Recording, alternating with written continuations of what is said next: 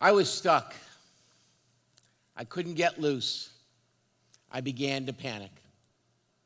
The year was 1981. I was a brand new rabbi living in my very first apartment. I had gone out and purchased my first real desk, a massive old oak desk. It took 3 guys to carry it up to my second floor apartment. Later that evening, as I was putting drawers into this great desk, my watch caught and fell off my wrist behind and underneath one of the drawers. Yeah, I know.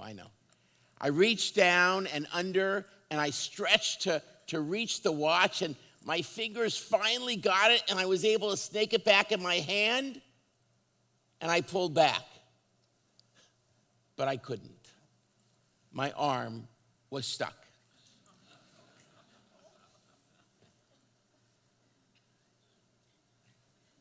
I couldn't move. There was no way to get my arm out unless my arm somehow got smaller or the space got bigger. And that's when the panic set in.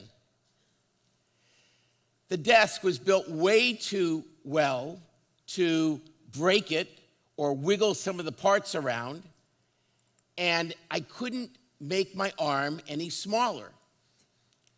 In fact, all that pushing and pulling started making my arm, it aggravated and started to swell up even more. I was beginning to feel my fingertips had that tingling sensation because they were going numb. I must have been there for about 20 or 30 minutes, but it felt like hours. Fortunately, I had left my door ajar, my front door, and my next door neighbor who I had not met came by at that moment to say hello and to greet me and welcome me to the neighborhood. Even more fortunately, he was an EMT.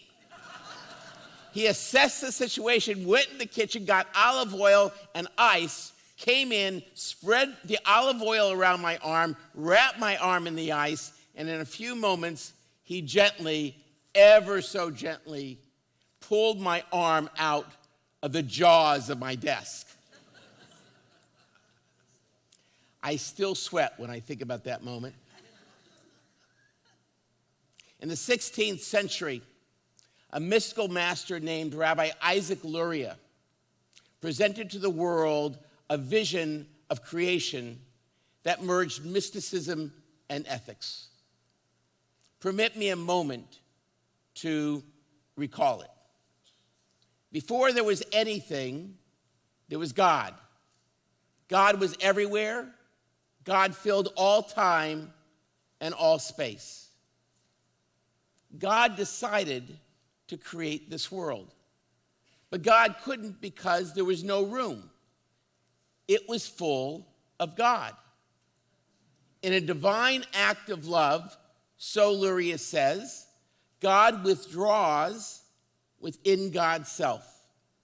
Similar to my neighbor causing my arm to shrink, or we've all experienced it, if someone's trying to cross in a narrow corridor, you kind of go in a little bit, breathe in so someone can pass through. That contraction or withdrawal is called tzimtzum. God voluntarily got smaller, so to speak. God contracted in order for the world to be created. After that tzimtzum, once the empty space existed, a stream of divine light and goodness flowed from God. It was that light that created the world and the miracle that we call humanity. Only by God pulling in and becoming smaller could the world and all of its beauty come into being. Tonight, as we stand 10 days into the new year, we shine a harsh glare of the examination light upon ourselves and upon our souls. Perhaps it's time to consider a bit of tzimtzum, of becoming smaller, withdrawing, as a way of giving space to others, of letting goodness and understanding shine where once only we and our egos stood. Now, like some of you, I began to fast after dinner tonight. In Hebrew, the word for fasting is tzom, not unlike tzimtzum. And both are connected to the Hebrew root tsadi vav mem, meaning to cover your mouth. For what is fasting if not a type of contraction, of self-limitation? Fasting opens ourselves up at the same time that we limit what we put into our bodies. We open ourselves up metaphorically when we cover our mouths. It seems like a contradiction. In truth, it's an object lesson for all of us, a blueprint to follow, a means by which we can reduce our space in the world so that someone else can stand beside us, so that their voice can be heard instead of ours. A very personal reflection may help clarify. A number of years ago, in my Kansas City congregation, we sent out a post-high holiday survey to the entire community. The goal was to determine if we're meeting the needs of the congregations during this important season. To foster communication, we added a final question. Is there anything that you would like Rabbi Nemitoff to know? We thought that we might get a few responses. But, oh my goodness, we're overwhelmed. We got over 500 responses to this question. The vast majority were positive, and we received useful suggestions and helpful criticism. However, there were a half a dozen scathing remarks, not about the congregation, but about me, attacking my integrity and attacking my value as a human being. One in particular read, and I have never forgotten it, so I can quote it. Rabbi Nemitoff is the worst thing to step over the threshold of our congregation ever. We don't need anti-Semites. He is destroying Judaism for them. The writer went on for several paragraphs with comments that were personal and seemingly mean-spirited and intentionally cruel. My reaction, what you would expect: anger, disappointment, and failure. Why would anyone say these things about me? How could I be such a failure after giving heart, mind, and body to the congregation in which I had been raised? I was simply devastated. I didn't know what to do, so I reached out to one of my rabbis for help. And he suggested to me, maybe it's time for a little Lurianic tzimtzum. Only with humility and leaving space for another's view might I understand what these folks were trying to say. That I might grow so that those I encounter would be embraced and not distanced. And that perhaps some understanding, at least within, might sprout from this experience. Over the next several months, I sat with those 6 comments on my desk. the most damning one on the top, staring at me and challenging me. I worked hard to strip away all of my defenses, to hear the common messages in these 6 comments and try to change what caused those folks to act so negatively to me. It would have been easy, so easy, to dismiss the writers of these comments as cranks or anonymous cowards, given the overwhelming compliments received. It would have been so easy and so comforting to fill the space with my ego, my own sense of being right. But I kept hearing my colleagues say, practice a little tzimtzum. So I did. From that experience, as dark and difficult as it was, I think I learned how to be a better rabbi, to be a better parent, to be a better spouse, to be a better friend, to be a better person. Not perfect, but just a little bit better.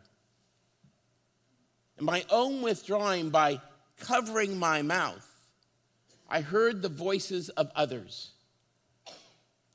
I heard them and I recognized the ikar, the kernel of truth that sat deep inside each of those negative statements. The vitriol surrounding that essence I was able to dismiss, but not the core truth that I had to hear and I had to wrestle with.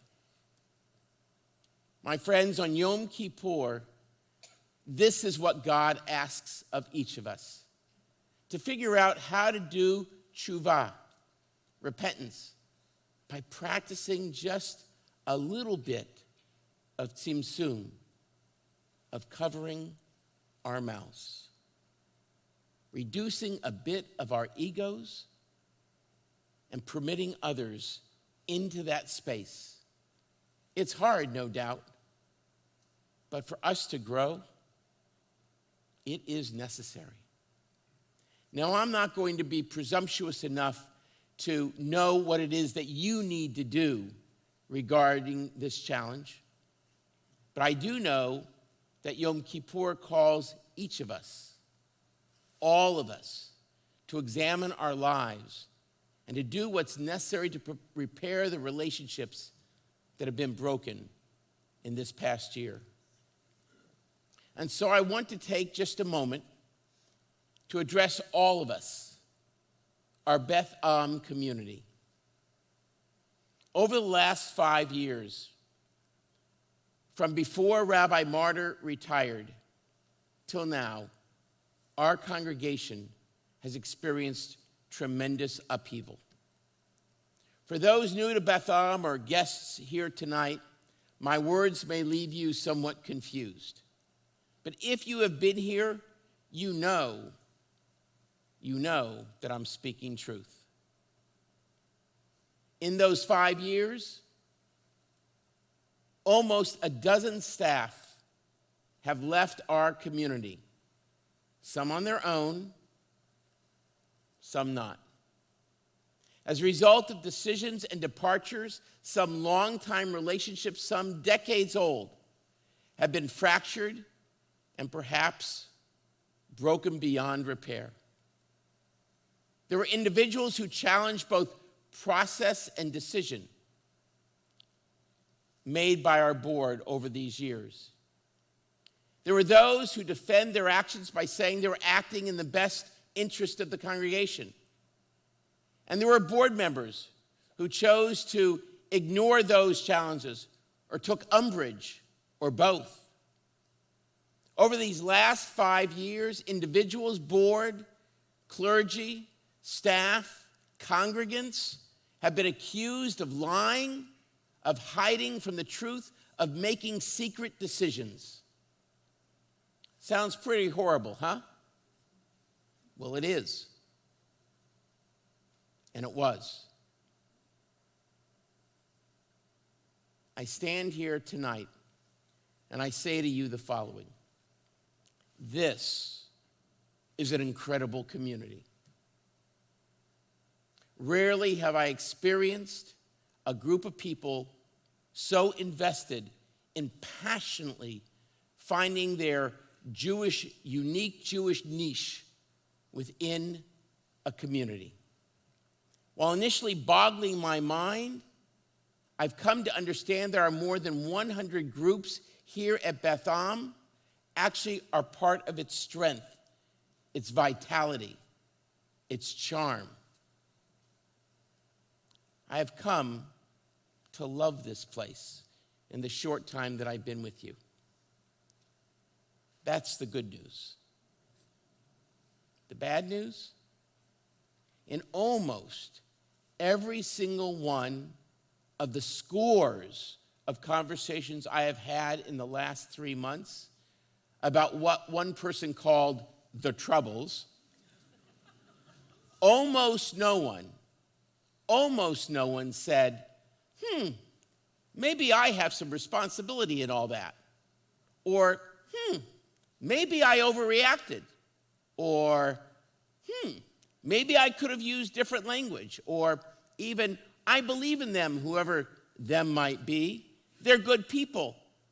I'm sure they had their reasons. Maybe I need to learn more before reacting. Or is there any truth to what we're being accused of? What do I need to examine about myself? Almost no one. Everyone was right. Everyone else was wrong. If you ask me, I think it's time for a little tzimtzum, a bit of withdrawal, to metaphorically close our mouths and gain a little understanding. Now, many years ago, the Jewish Theological Seminary published a full-page ad before Rosh Hashanah in the New York Times. I kept it framed on my desk for almost 30 years. Why? While written originally as a commentary on Israel and her neighbors, I saw the words as a powerful reminder to practice tzimtzum, or to use a Yom Kippur word, tshuva. Now you can see the words on our screen, and I'd like to read them for you. Things happened. We both experienced them. You saw them your way, I saw them my way, colored by fear, by pride, by the fact that I am myself and not you. So our memories of what happened were very different from the start. And then before we knew it, memories hardened into myths, myths into dogma. Now we find ourselves divided. We stare across the chasm, but we don't see each other. I'm tired of being alone on my side of the chasm. I'm using up so much energy fearing and resenting you. Sometimes I wish you and I could crack the dogma, peel away the mythology, and trade memories. What would it be like if we could see each other's pictures of the history we share? If we could see each other. What we need here, you and I, is a little humility and a lot of house cleaning. Humility to say only God sees history whole and knows the whole truth. All I have is my perception. It's valid, it's precious, but it's fragmentary. Maybe I ought to try seeing as God sees from all the angles. House cleaning?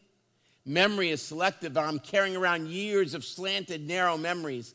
I can't see past them. It must be the same for you. What we need to do is let some of them go, trade a few, listen.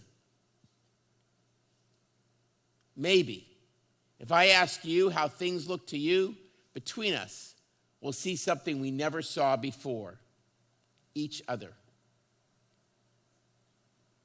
My friends, when we practice tzimtzum, when we withdraw a bit and permit our egos to shrink and to leave space for something or someone else to enter, that's when relationships can heal. and congregations can be repaired, and that we can grow as human beings. In the summer of 1986, 2 ships in the Black Sea collided just off Russia's coast. Hundreds of passengers died as they were hurled into the icy waters below. News of the disaster was further darkened when an investigation revealed the cause of the accident. It wasn't a technology problem like malfunctioned radar or even thick fog. The cause was human pride and stubbornness. Each captain was aware of the other ship's presence nearby. Both could have steered clear, but according to news reports, neither captain wanted to give way to the other. Each was too proud to yield first. By the time they came to their senses, it was too late. If these 2 captains had practiced Tzimtzum, their passengers would not have died. My friends, we are those captains. We pilot our ships. We call them our lives. If we are unable to withdraw a bit, to humble ourselves, and to recognize that the other is as valuable as us, that within the other is a spark of God's divinity waiting to shine through, then we will be lost, just like those passengers. However, if we can open ourselves up and leave room for that other ship, whether an idea, a person, or an emotion, we will be like God and allow a world and ourselves to heal. May Tzimtzum be our blessing in this coming year. Amen.